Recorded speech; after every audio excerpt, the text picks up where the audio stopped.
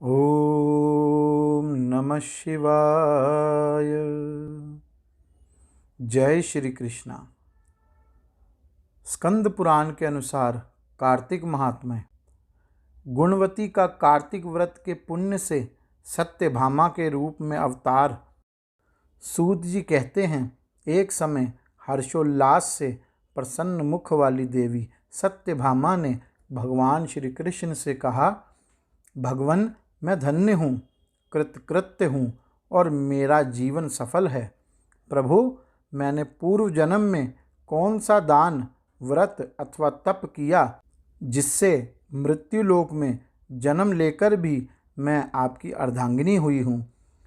जन्मांतर में मेरा कैसा स्वभाव था, मैं कौन थी और किसकी पुत्री थी जो इस जन्म में आपकी प्रियतमा पत्नी हुई, ये सब बातें मुझे बताइए।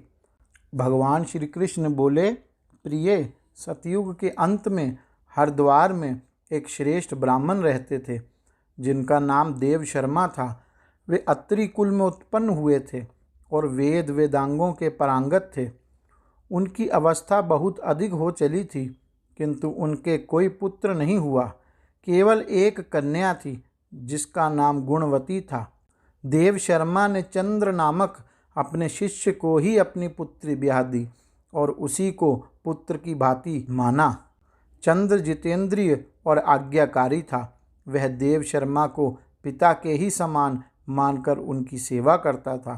एक दिन वे दोनों कुश लाने के लिए वन में गया। वहाँ यमराज के समान आकार वाले किसी विकराल राक्षस ने उन दोनों को मार डाला। वे दोनों अपने अपने पुण्य के प्रभाव से भगवान विष्णु के लोक में गए। उनके मारे जाने का समाचार सुनकर गुणवती पिता और पति के वियोग दुख से पीड़ित होकर करुण स्वर में विलाप करने लगी।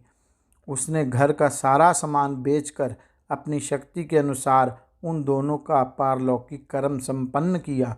उसके बाद वह उसी नगर में निवास करने लगी। जीवित रहने पर भी गुणवती संसार के लिए मर चुकी थी। उसने होश संभालने के बाद से मृत्यु पर्यंत 2 व्रतों का विधि पूर्वक पालन किया। एक तो एकादशी का उपवास और दूसरा कार्तिक मास का भली भांति सेवन। इस प्रकार गुणवती प्रतिवर्ष कार्तिक का व्रत किया करती थी। एक समय उसके सारे अंग दुर्बल हो गए थे और ज्वर से वह बहुत पीड़ित थी। किसी तरह धीरे धीरे चलकर गंगा जी में स्नान करने के लिए गई। ज्यों ही जल के भीतर घुसी, शीत से पीड़ित हो कांपती हुई गिर पड़ी। उस व्याकुलता की दशा में उसने देखा आकाश से विमान उतर रहा है। मृत्यु के पश्चात वह दिव्य स्वरूप से उस विमान पर बैठकर बैकुंठ को चली गई। कार्तिक वास के पुण्य से वह मेरे समीप रहने लगी। तदंतर ब्रह्मा आदि देवताओं की प्रार्थना से जब मैं इस पृथ्वी पर आया, तब मेरे साथ मेरे समस्त पार्षद भी आए। भामिनी, ये सब यदुवंशी मेरे पार्षद ही हैं। पूर्व जन्म के देव शर्मा ही तुम्हारे पिता सत्राजीत हुए और वे चंद्र नामक ब्राह्मण ही इस समय अक्रूर हुए हैं, तथा तुम वही कल्याणमयी गुणवती हो। कार्तिक व्रत के पुण्य से तुम मेरे लिए अधिक प्रसन्नता देने वाली बन गई। पूर्व जन्म में तुमने जो मेरे मंदिर के द्वार पर तुलसी की वाटिका लगा रखी थी, उसी का फल है कि इस समय तुम्हारे आंगन में यह कल्प वृक्ष शोभा पा रहा है। तुमने जो मृत्यु पर्यंत कार्तिक व्रत का अनुष्ठान किया है, उसके प्रभाव से तुम्हारा मुझसे कभी भी वियोग नहीं होगा। गौरी शंकर भगवान की जय। जय श्री कृष्णा।